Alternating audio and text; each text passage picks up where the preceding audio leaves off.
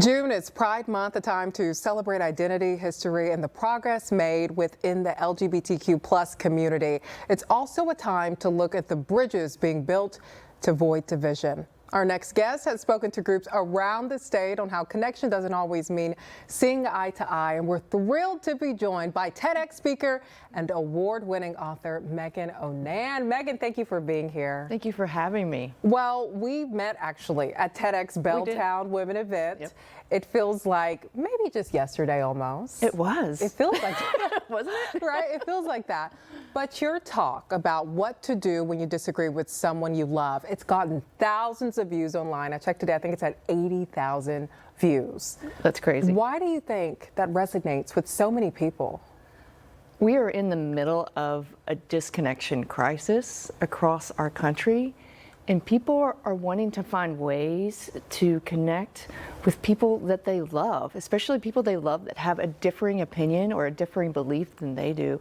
And everyone's just finding it really hard. There's a lot of angry people, a lot of resentful people, and people are looking for solutions. Well, speaking of, you grew up in a faith community and you've spoken about the tension between faith and identity. What have those experiences taught you about love? Oh, that's a good question. I grew up in a very conservative Christian household and a Catholic household, and the basis of the foundation of what I grew up with was love. And that's what I carried forward into my experience of being outed before I was ready in Mississippi. And I learned to carry that forward into everything that I did from that point on. Just knowing that love is the foundation and the value that is most important, whether that's self-love or loving other people for being different than I am.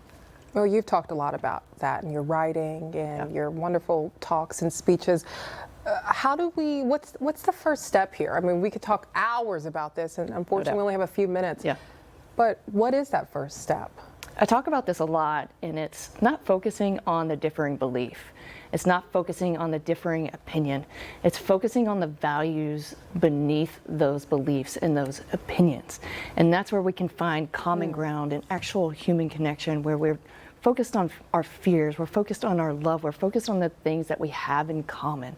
So it's important to ask intentional questions to get there, to find out, hey, what are this person's values, not what are their beliefs? Because once we can get below the surface and connect on a human and a real level, magic can happen. Have you had an aha moment recently, maybe with someone you're guiding or helping, or even within your own family or own community?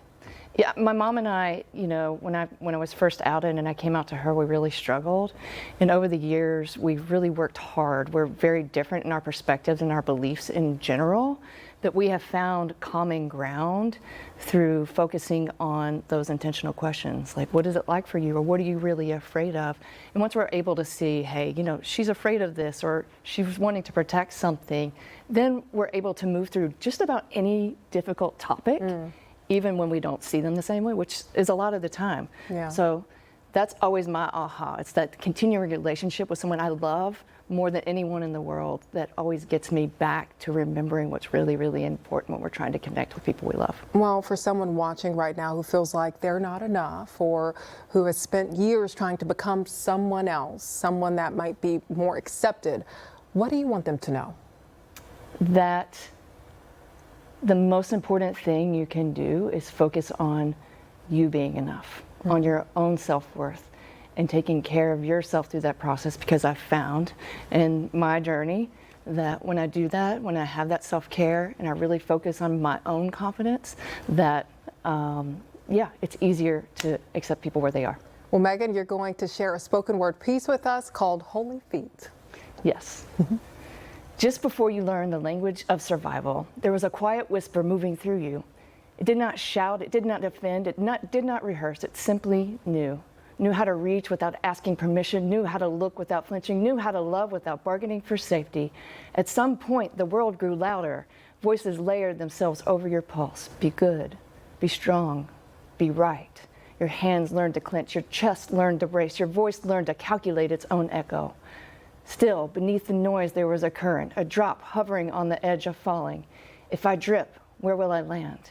You adapted and survived and became impressive and tired. Because the most painful divide is not the one between us, it is a split between who you are and who you learn to be. This is not a story about going back. It is a remembering, a return to the part of you that did not leave even when you did, the part that softens into open hands when tightly wound fists grow heavy. You do not have to redeem what was never broken. You only have to pause long enough to hear it again. Nothing has been lost, only covered, and even covering cannot silence what was placed in you long before the past became you. Open your heart and step back into your holy feet. Oh, that's just beautiful, Meagan. Thank you. I even touched the mic, which we're not supposed to do, but it was so powerful.